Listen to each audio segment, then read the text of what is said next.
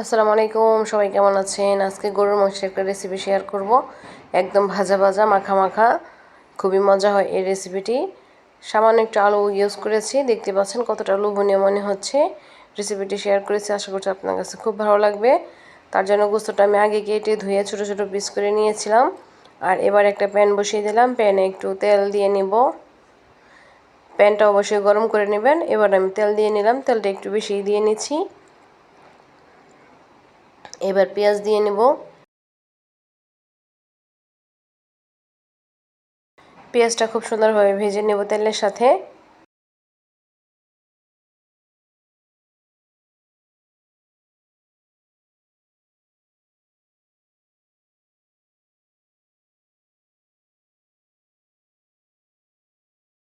পেঁয়াজটা ভেজে এবার আমি এলাচি, দারচিনি, তেজপাতা দিয়ে নেব, সামান্য একটু লংও দিয়ে নিলাম। এবার তেলের সাথে এইগুলো ভেজে নেব খুব সুন্দরভাবে, তাহলে সুন্দর একটা অ্যারোমা বের হবে।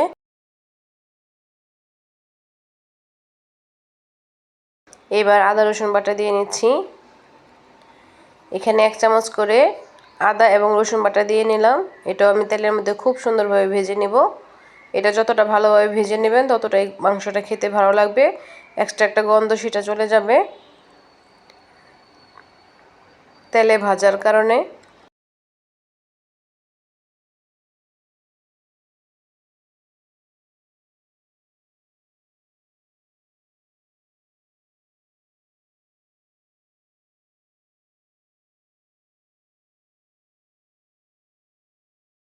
যখন দেখবেন যে উপর থেকে তেলটা ভেসে আসছে তখন বুঝতে পারবেন যে আদা রসুনটা খুব সুন্দরভাবে ভাজা হয়ে গিয়েছে। এবার একটু লবণও দিয়ে নিলাম।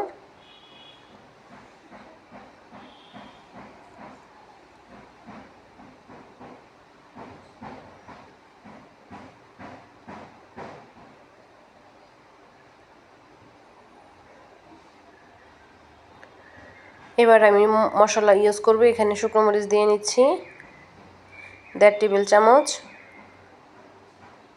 হলুদ দিয়ে নিলাম 1 টেবিল চামচ, ধনিয়া 1.5 টেবিল চামচ দিয়ে নিলাম, আর জিরা গুঁড়ো দিয়ে নিলাম 2 টেবিল চামচ। এবার সবগুলো মশলা খুব সুন্দরভাবে তেলের মধ্যে ভেজে নিব।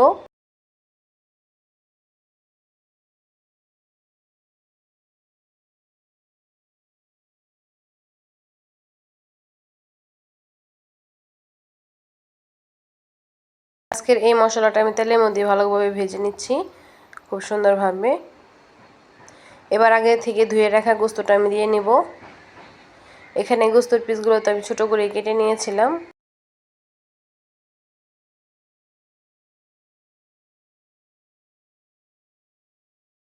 এইভাবে মশলাটা তেলের মধ্যে ভেজে নিলে অনেকটা সময় বেঁচে যায়।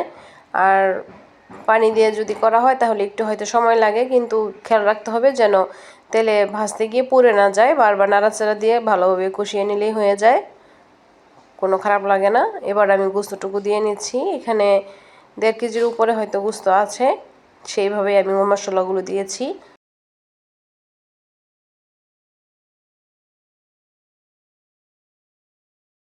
এবার খুব সুন্দরভাবে মশলা গোস্তগুলো আমি কষিয়ে নিচ্ছি। আর এই কষিয়ে আমি মাংসটা রান্না শেষ করব, এখানে এক্সট্রা কোনো পানি ইউজ করব না। তার জন্য এই পর্যায়ে জালটা খুবই কমিয়ে দিতে হবে।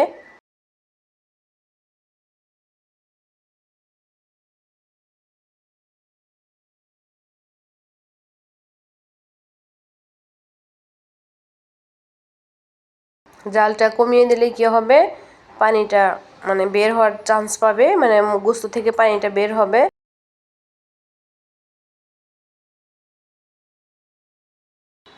তার জন্য একটু ঢেকে দিতে হবে। এবার আমি একটু ঢেকে দিব।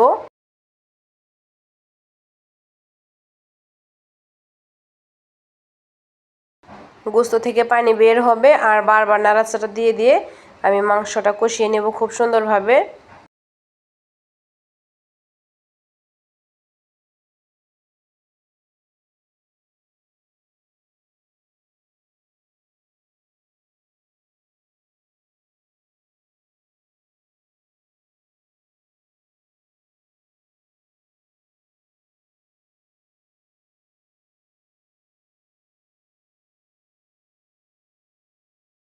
এবার আমি আবার ঢেকে দিলাম, আবার অপেক্ষা করব যতটুকু পানি আসে। এই পানিটা আমি খুব সুন্দরভাবে নাড়াচাড়া দিয়ে নেব আর এই পানিটা শুকিয়ে নেব।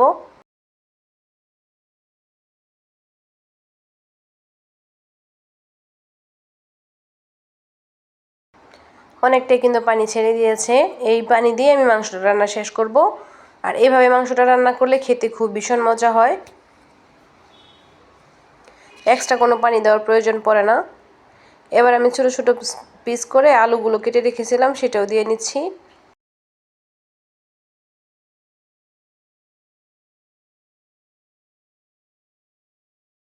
এবার এই আলুগুলো মাংসের সাথে খুব সুন্দরভাবে কষিয়ে নেব। আর মাংসের মধ্যে যতটুকু পানি আছে ততটুকু এনাফ এই আলুটা সিদ্ধ হওয়ার জন্যই।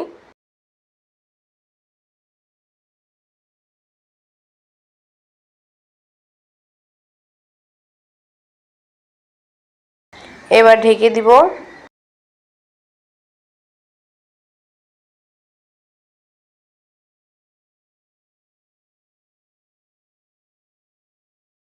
দেখতে পাচ্ছেন আমি বারবার উল্টে পাল্টে নাড়াচাড়া দিয়ে দিয়ে রান্নাটা শেষ করতেছি। আর যে পানি আসতেছে ওই পানি দিয়ে আমি রান্নাটা কষিয়ে রান্নাটা শেষ করার চেষ্টা করতেছি।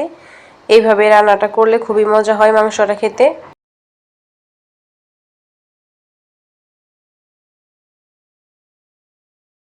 আমি সবসময় মুরগির মাংসটা এইভাবে রান্নার চেষ্টা করি।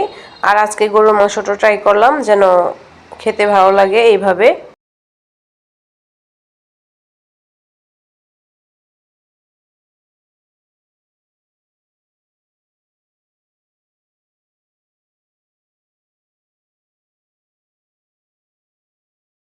দেখতেই পাচ্ছেন পানিটা একদম শুকিয়ে গিয়েছে আর মাংসটা রান্নাটা একদম হয়ে গিয়েছে।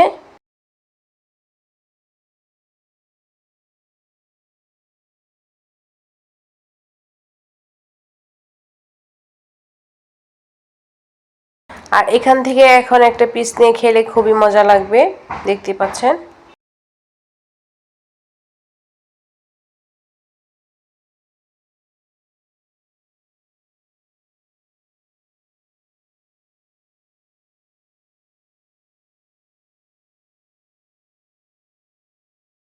এবার আমি আরেকটু রেখে দিলাম দমের মধ্যে একদম মাঝ বরাবর, মানে চুলার আঁচটা দিয়ে। তাহলে একদম তুলার মতো সফট হয়ে যাবে প্রত্যেকটা মাংস।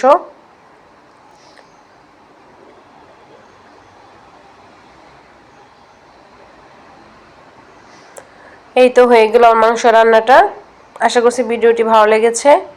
যদি ভালো লাগে তাহলে লাইক দিন আর সাবস্ক্রাইব করে পাশে থাকার বেল আইকন অন করে রাখতে পারেন যদি ভালো পছন্দ হয়। আর যারা নতুন আছেন, এই তো মাংসের ফাইনাল লুক। মাশাআল্লাহ অনেকটি মজাদার একদম লোভনীয় হয়েছে। আজ এই পর্যন্ত, সবাই ভালো থাকবেন, আমাদের জন্য দোয়া রাখবেন। আসসালামু আলাইকুম ওয়া রাহমাতুল্লাহি ওয়া বারাকাতুহু। আল্লাহ হাফেজ।